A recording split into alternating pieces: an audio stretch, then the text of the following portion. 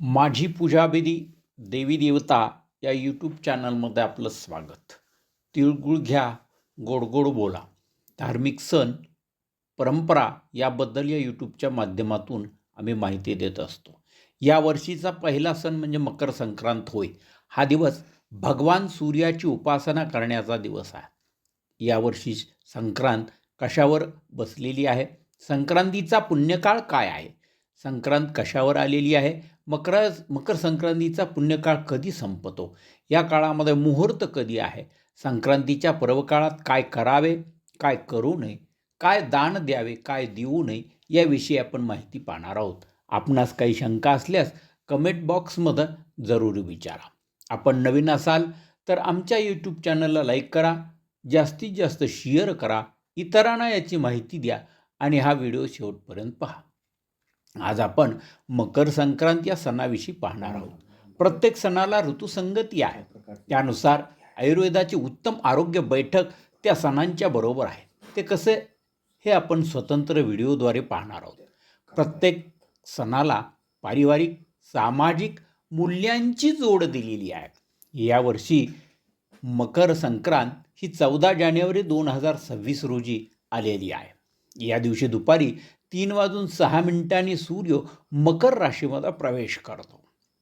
या संक्रांतीचा पुण्यकाल 14 जानेवारी रोजी दुपारी 3:06 पासून ते सूर्यास्तापर्यंत म्हणजे 6:20 पर्यंत आहे. या काळामध्ये आपणास धार्मिक विधी करावयाचे आहेत. संक्रांत ही वाघावर बसलेली असून तिचे उपवाहन घोडा आहे. संक्रांतीने पिवळे वस्त्र परिधान केलेली आहे. तिच्या हातामध्ये गदा असून तिने कपाळावर केशराचा टिळा लावलेला आहे. संक्रांत ही वयाने कुमारिका असून ती वाघावर बसलेल्या स्थितीमध्ये आहे. तिने वासाकरता जाईचे फूल घेतलेले आहे. ती पायस भक्षण करत असून सर्प जातीची आहे.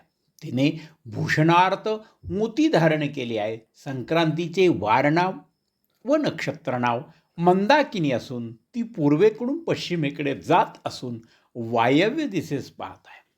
संक्रांतीचा सण हा भोगी, संक्रांत व किंक्रांत असा 3 दिवसाचा असतो.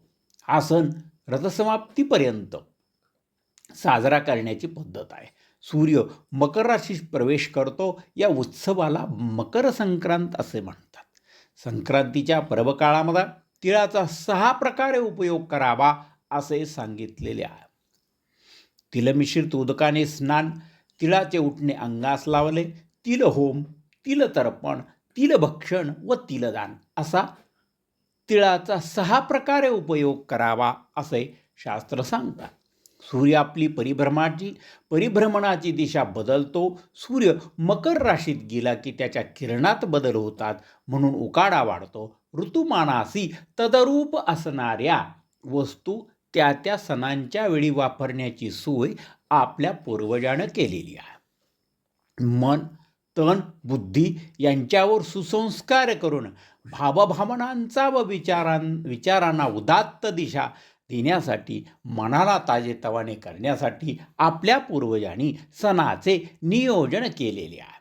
मकर संक्रांतीच्या काळामध्ये करावयाची दाने: नवे भांडे, गाईला घास, अन्न, तिळपात्र, गूळ, सोने, भूमी, गाय, वस्त्र, घोडा इत्यादी यथाशक्ती दान करावं. संक्रांतीच्या पर्वकाळामध्ये दात घासणे, कठोर बोलणे, वृक्ष गवत तोडणे, गाई म्हशीची धार काढणे व कामविषयक सेवन ही कामे करू नयेत. मकर संक्रांतीच्या सर्व बंधू भगिनींना शनी महाराज संस्थान अंजनवतीतर्फे हार्दिक शुभेच्छा. तिळगुळ घ्या, गोड गोड बोला.